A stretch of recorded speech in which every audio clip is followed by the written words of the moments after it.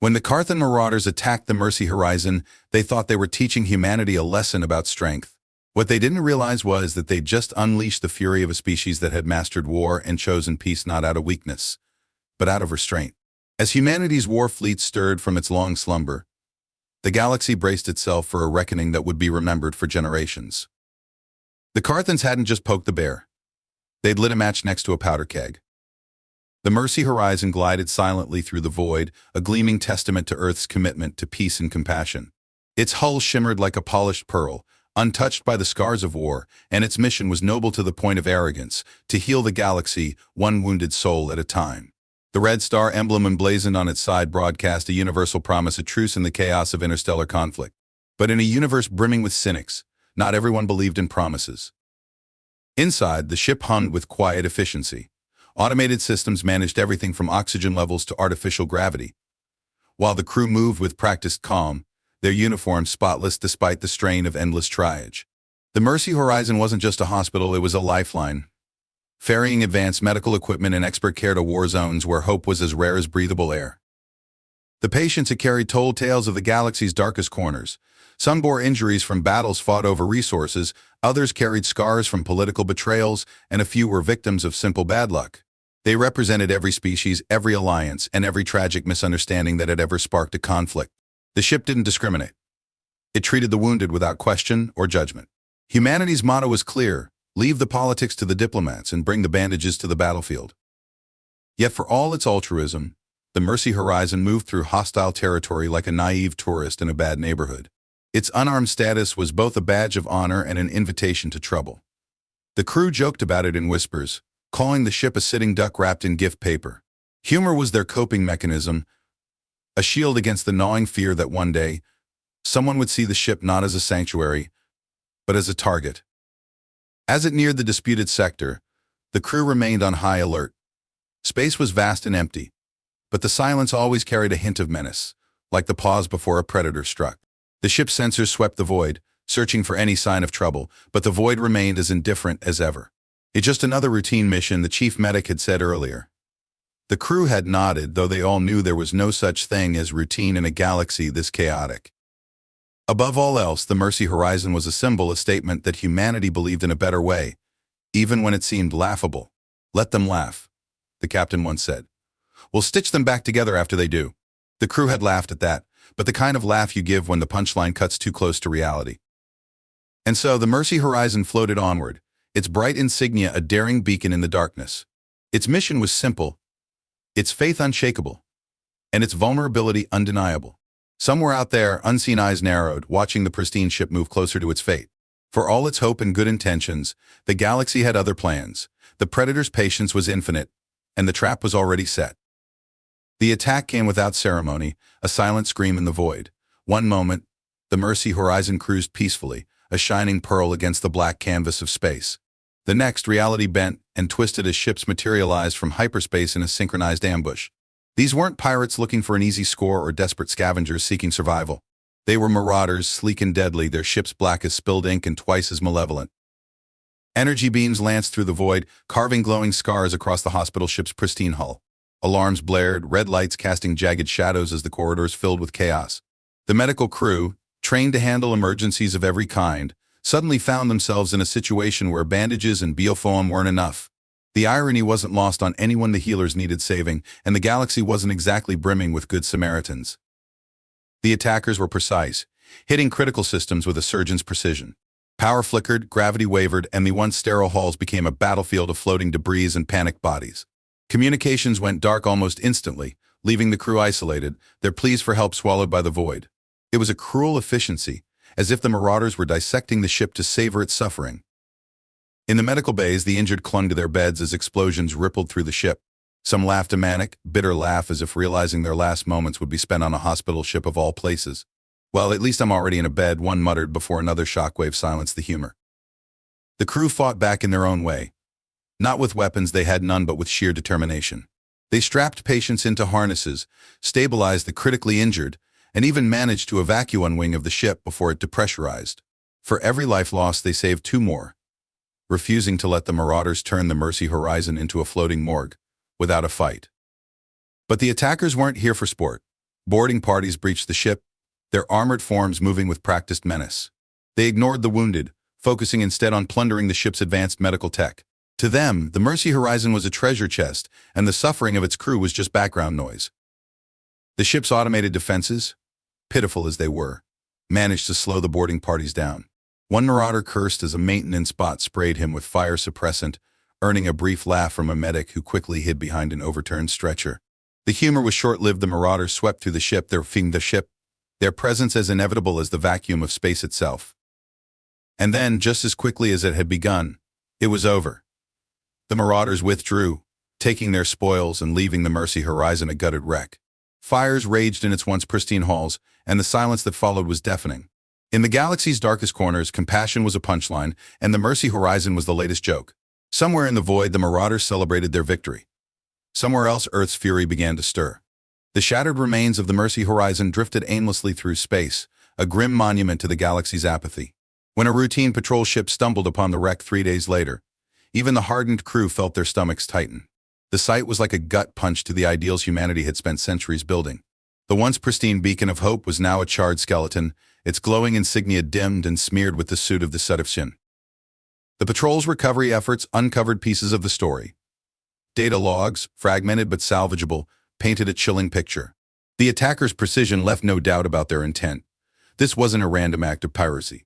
It was a deliberate, calculated strike designed to send a message. The Marauders hadn't just broken interstellar law, they'd taken a sledgehammer to the galaxy's unspoken rules of decency.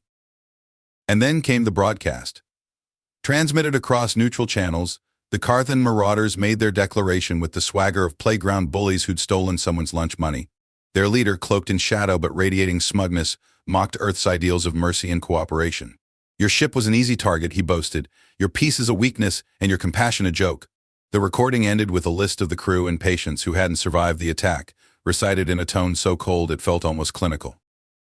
Back on Earth, the broadcast spread like wildfire. At first, there was shock. The idea that anyone could attack a hospital ship was unfathomable to most. But the shock didn't last long. It curdled into something far more dangerous: fury. The kind of fury that doesn't shout or flail but simmers, gathering strength like a storm ready to break. Humanity wasn't naive. The galaxy was a dangerous place, and Earth had learned long ago how to protect itself. But for generations, it had chosen diplomacy, compassion, and progress over conquest and retaliation. The war fleet had been mothballed, its ships left to gather dust in orbital docks, their weapons dormant. Earth had no interest in being the galaxy's bully. But being the galaxy's punching bag, that was another matter entirely. The broadcast wasn't just a challenge, it was an invitation. The Karthans had made their move, believing Earth too soft, too idealistic, to respond. They hadn't done their homework. Humanity's peace wasn't born of weakness. It was restraint, hard-earned through centuries of conflict, and the resolve to rise above it. But restraint had its limits, and the attack on the Mercy Horizon had crossed every one of them. In the halls of Earth's leadership, decisions were made with grim efficiency. Messages went out to the shipyards, orders that hadn't been given in generations. Engineers scrambled, crews mobilized, and the silent giants of humanity's war fleet roared back to life. The galaxy had forgotten what those ships could do. The Karthans were about to get a very pointed reminder. The Karthans had wanted to send a message. Instead, they delivered an ultimatum one Earth was more than ready to answer. In the silent void above Earth, ancient titans stirred. The orbital shipyards, long dormant and more accustomed to producing cargo freighters and research vessels, became a flurry of activity overnight. Dreadnoughts, carriers, and cruisers hulking relics of humanity's warring past were pulled from their slumber. Layers of dust were blasted away to reveal armor that gleamed like polished obsidian, and weapons systems that had been sleeping longer than most of the engineers had been alive. The war fleet was awake, and the galaxy was about to be reacquainted with what that meant. Each ship bore a name that carried its own weight of history and reputation.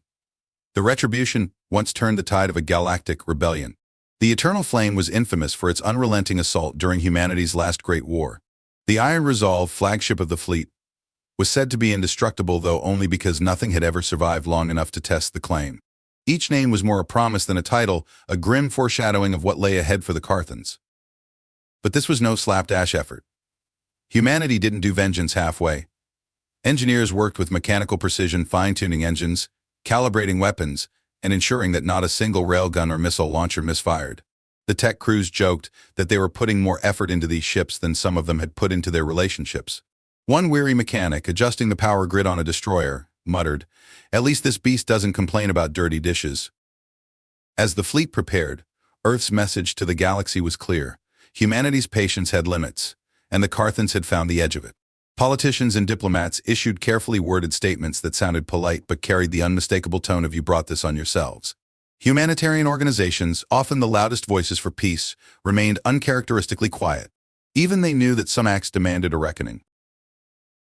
When the fleet finally assembled in low orbit, it was a sight to behold. Over 100 warships stretched across the stars, their massive forms casting shadows over Earth's surface. Each vessel bristled with weaponry that had been fine-tuned to perfection. Railguns capable of firing projectiles at a fraction of light speed, plasma lances that could slice through asteroid belts, shields that laughed in the face of energy weapons. These ships weren't just built for war, they were built to end it. But it wasn't just the hardware that made the fleet terrifying. It was the people.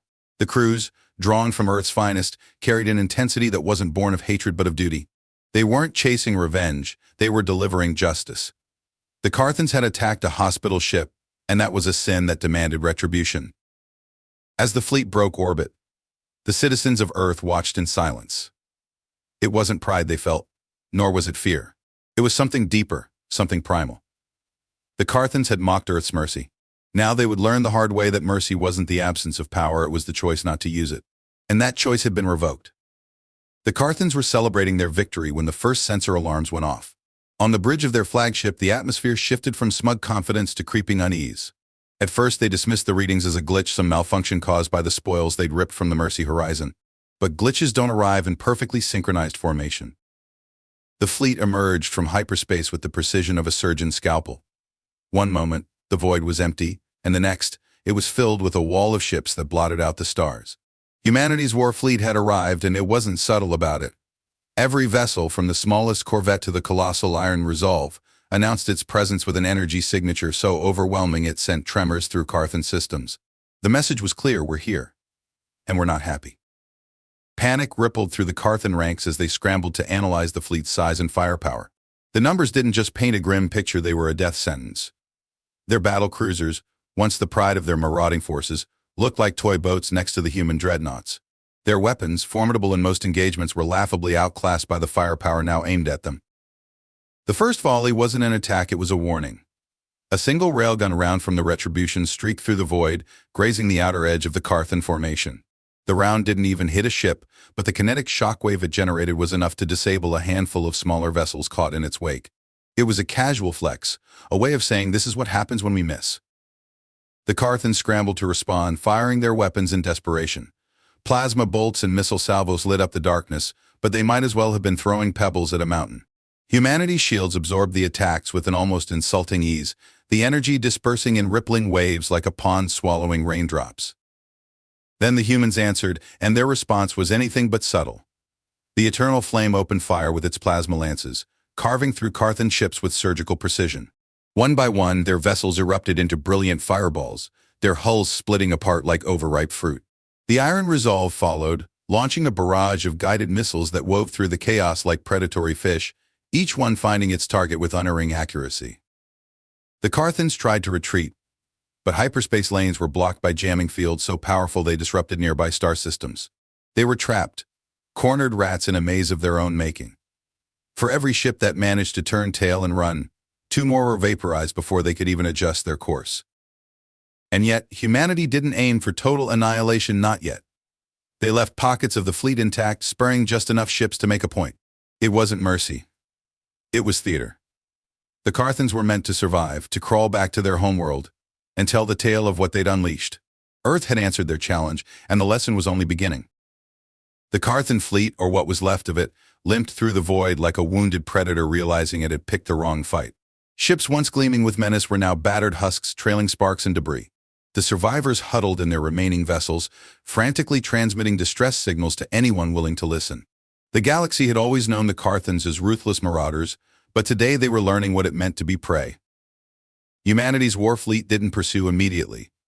No, they followed at a measured pace, their formation tight and unyielding, like a storm cloud creeping across the horizon.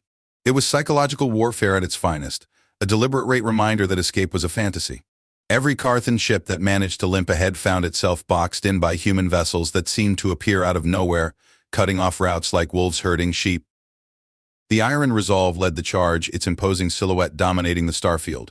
Flanking it were destroyers and frigates, each moving with clockwork precision. The Karthans had hoped for chaos. Desperation could breed openings, and panic could lead to mistakes. But the humans didn't panic, and they certainly didn't make mistakes. If anything, they seemed to be having fun. One Karthan ship attempted a desperate maneuver, its engines flaring as it pushed for a blind jump through hyperspace. It didn't make it far. A railgun round from the retribution sheared its drive core in two, leaving the ship spinning helplessly as its systems failed one by one. The crew of the retribution might as well have been target shooting at a carnival, their accuracy turning desperation into comedy. Try again, the shot seemed to say. We'll still win. Meanwhile, the eternal flame didn't bother with subtlety. Its plasma lances swept through the stragglers, carving elegant arcs of destruction. One unlucky Karthan frigate found itself sliced cleanly in half, the two sections drifting apart like a failed magic trick. If anyone on the human ships felt remorse, they didn't show it. The galaxy had spent decades mocking Earth's reluctance to fight. Now, it was getting a front-row seat to why that reluctance existed in the first place. The survivors' desperation grew with each passing moment. They attempted to rally, to mount some kind of resistance, but their fragmented forces lacked coordination. They were pirates, after all, not soldiers. Their tactics relied on surprise and overwhelming force, neither of which mattered against an enemy that outgunned and outmaneuvered them in every possible way. And still, the war fleet held back from complete annihilation. Every time a Karthan ship was disabled, its communication systems were left intact. The message was clear. Tell your people what happened here. Make sure they understand who they provoked. It wasn't just a battle, it was a lesson written in fire and plasma, one the Karthans wouldn't soon forget. For the first time in their history, the Marauders were on the receiving end of terror. And for the first time in humanity's history, the galaxy was learning that mercy and retribution were two sides of the same coin, and Earth had just flipped it. The Karthan homeworld sat on the edge of a star system that now felt far too exposed. From orbit, their sprawling cities glimmered with the light of prosperity built on centuries of plunder. But for all their arrogance and cunning, the Karthans had never truly faced a force like this. When the first human ship breached their planetary defenses, the mood on the ground shifted from overconfidence to unadulterated dread. The war fleet didn't launch an immediate assault. Instead, they positioned themselves in orbit like an executioner waiting for the final word. It was a cosmic standoff, every ship radiating unspoken authority. Earth's message to the Karthans wasn't just aimed at their leadership, it was a broadcast to their entire species. The transmission was simple, a visual feed of the Mercy horizon in its final moments, juxtaposed with the smoldering remains of the Karthan fleet. It didn't need words. The Karthans prided themselves on understanding power dynamics, and this was as clear as it got. Humanity wasn't here to bargain or forgive. They were here to make sure the Karthans never forgot what they had done. The Karthan leaders scrambled, arguing over how to respond. Apologies? Surrender? Bribes? Every option seemed inadequate when faced with the silent wall of human warships. One advisor reportedly suggested evacuating the planet, but even they knew there was nowhere to run. Humanity wasn't chasing territory or riches, they were here for a reckoning. As hours passed, the Karthans' planetary defenses came online, cannons and missile systems swiveling to face the fleet. It was a laughable attempt at intimidation, like a house cat puffing up against a lion. The war fleet didn't even flinch. It didn't need to. One plasma lance from the eternal flame could obliterate the planet's entire defense grid, and everyone watching knew it. Finally, Earth made its move. Precision strikes took out key military installations without harming civilians, a calculated display of restraint that was somehow more terrifying than outright destruction. The Karthans watched helplessly as their most fortified bunkers melted into slag, their command centers reduced to rubble before their very eyes. Every explosion was a punctuation mark in a statement they couldn't argue with. But the real shock came when the humans stopped. Just as quickly as the assault had begun, it ended. The fleet held position, leaving the Karthan homeworld intact. It was a deliberate choice, a masterstroke of psychological warfare. By sparing the planet, humanity sent a message louder than any bombardment could deliver. This is mercy. Remember it. The Karthans did remember. The galaxy did too. Word spread faster than light, and the reputation of Earth's war fleet grew to near mythical proportions. No longer were humans seen as idealistic fools clinging to outdated notions of peace. They were something far more unsettling, beings capable of wielding unparalleled power with terrifying precision and restraint. In the silence that followed, the Karthans faced a grim realization. They hadn't just lost a battle. They'd rewritten the galaxy's understanding of what it meant to provoke humanity. Earth hadn't unleashed its war fleet in vengeance, it had unleashed a warning. If you enjoyed this story, don't forget to like, share, and subscribe to Sci-Fi Horizon Stories for more thrilling tales of science fiction and adventure.